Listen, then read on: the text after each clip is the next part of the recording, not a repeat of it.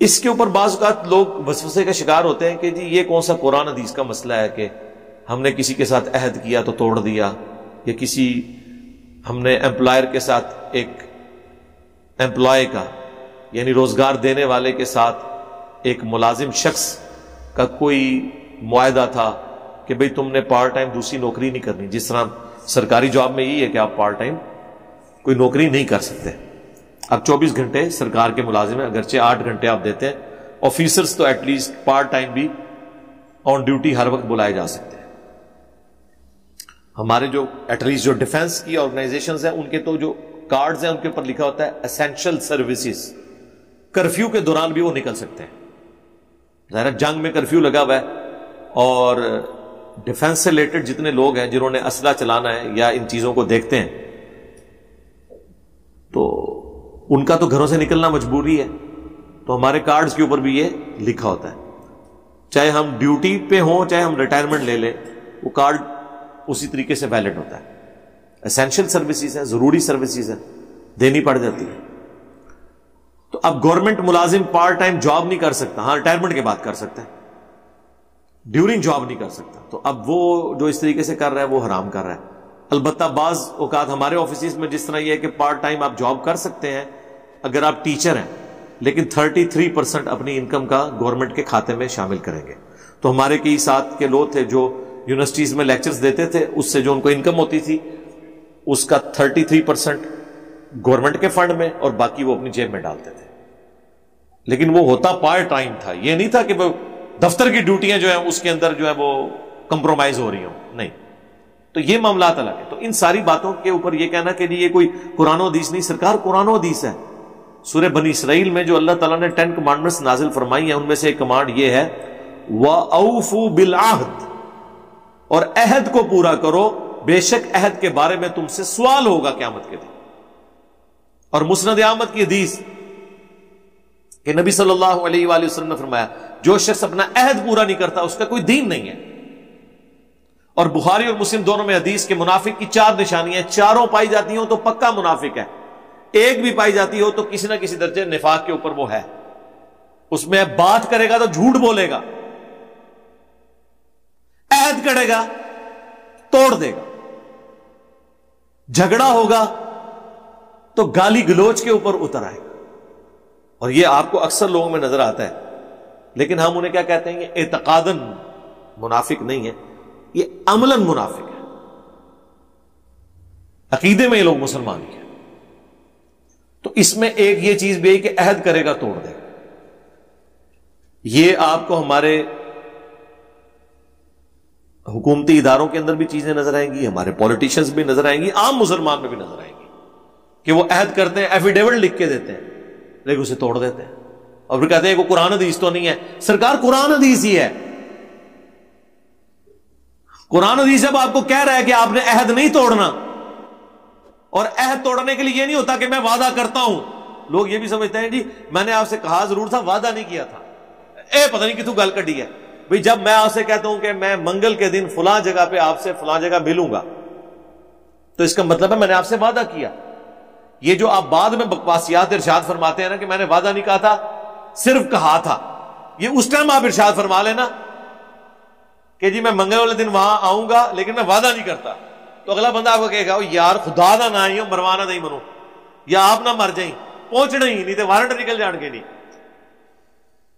اب ہمارے کئی دفعہ کیسز چل رہے تھے، حالانکہ ہم وکٹم خود ہیں. آپ کو پتا ہے وہ سمن جب نکلتے ہیں نا، 2 دفعہ مرڈر اٹیمپٹ ہوئی ہے تو اس کے جب سمن نکلتے تھے وہ 1-1.5 سال تک تو گواہیاں نہیں پڑی. الٹیمیٹلی خیر وہاں تک نوبت نہیں، ہم نے معاف کر دیا تھا. دوسرا کیس بھی چل رہا ہے. تو اب وہ جس نے جرم کیا ہوا اس کے تو سمن نکلتے ہی نکلتے تھے، اور میرے اور عثمان بھائی کے بھی نکلتے تھے کیونکہ یہ گواہ تھے بیچ میں. تو جتنی فکر اس کو ہوتی تھی کورٹ میں پیش ہونے کی ہمیں بھی ہوتی تھی. دیکھیں ہم ایک طرف مظلوم، اوپر سے اگر ہم وہاں پہ حاضری پہ نہ پہنچ سکے تو ہمارے بھی وارنٹ نکل جاتے تھے کہ آپ عدالت کے سامنے پیش نہیں ہوئے. ظاہر قانون تو اندھا ہوتا ہے نا، قانون تو ایسا ہے نا. تو پھر جب یہ بات کی جائے گی، اب میں عثمان بھائی کو رات کو فون کر رہا ہوں، جی عثمان بھائی صبح تاریخ ہے جی پہنچنا ہے. اب عثمان بھائی مجھے کہتے ہیں ٹھیک ہے جی میں 8 بجے وہاں پہنچ جاؤں گا. اور یہ 8 بجے نہ پہنچے, ان کے وارنٹ نکل جائے اور یہ مجھے کہیں کہ جناب میں نے یہ کہا تھا آؤں گا, میں نے یہ تو نہیں کہا تھا, میں نے وعدہ کیا ہے. سرکار یہ وعدہ ہی ہوتا ہے.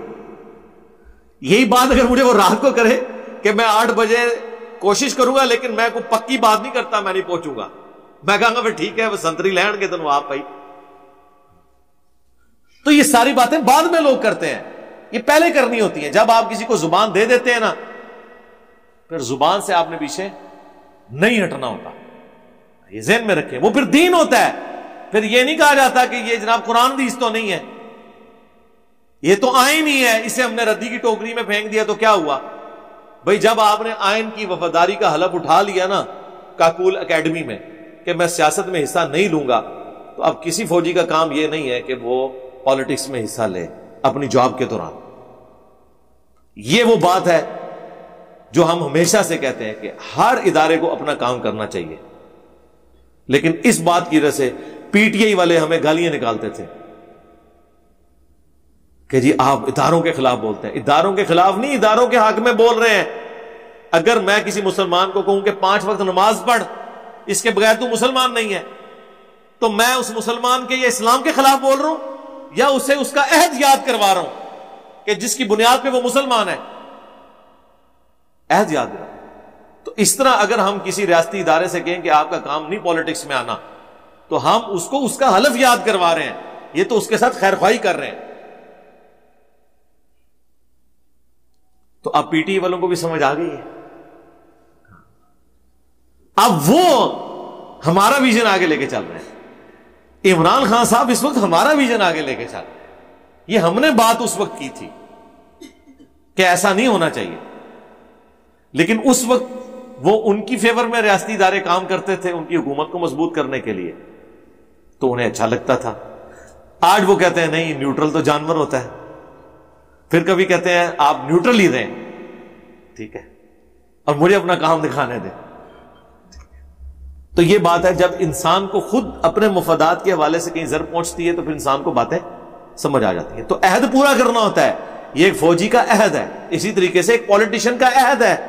جب وہ حلف اٹھاتا ہے, آپ ذرا ان کے حلف سنیں, وزیر اعلیٰ کا, وزیر اعظم کا, کہ میں اپنے ذاتی مفاد کے اوپر ملک کے مفاد کو ترجیح دوں گا.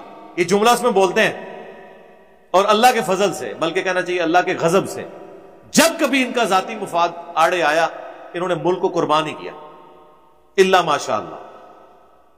ہمیشہ نہیں ایسے ہوا, کبھی کبھار واقعی لوگ دلیری سے کھڑے بھی ہوئے ہیں ایبسولوٹلی ناٹ کہہ کے.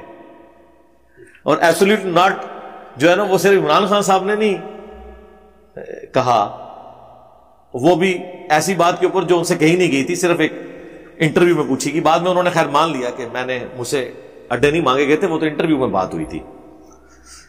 تو اس سے پہلے بے نظیر نے بھی ایبسولوٹلی ناٹ کہا. پاکستان کا سارا میزائل پروگرام اس کا صدقہ جاریہ بے نظیر کے حق میں ہے. اس نے اپنی لائف سٹیک پہ لگا کے یہ سارے معاملات کیے. اب چونکہ میرا تعلق ایک سینسٹیو آرگنائزیشن سے, اس لیے میں اس سے آگے ڈسکلوز نہیں کر سکتا. البتہ نیٹ کے اوپر وہ پوری تفصیلات موجود ہیں کس طریقے سے پاکستان میں ٹیکنالوجی ٹرانسفر ہوئی ہے. اسی طریقے سے اس سے پہلے نواز شریف صاحب نے جب اٹامک بلاسٹ کیے تھے اس وقت انہوں نے بھی امریکہ کو ایبسولوٹلی ناٹ کہا. اس سے پہلے ضیاء الحق صاحب نے, اس سے پہلے ذوالفقار علی بھٹو جنہوں نے بنیاد رکھی.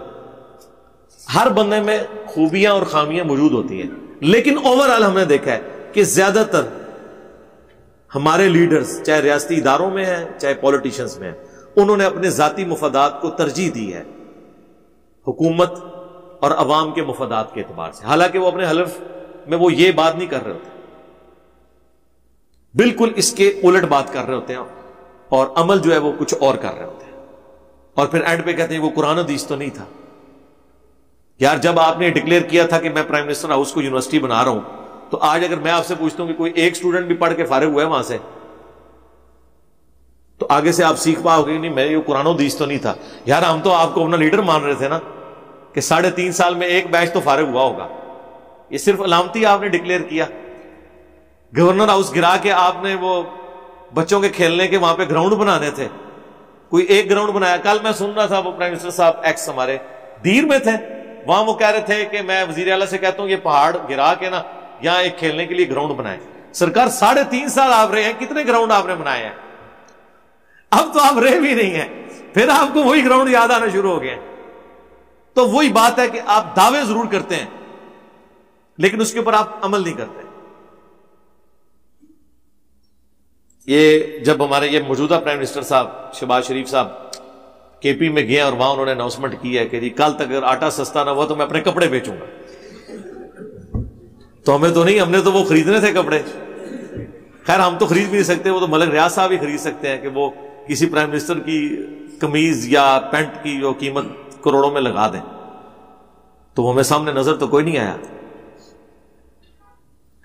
باتیں, دعوے اور جملے سنے آپ, پریکٹیکلی کوئی عمل نہیں ہوتا.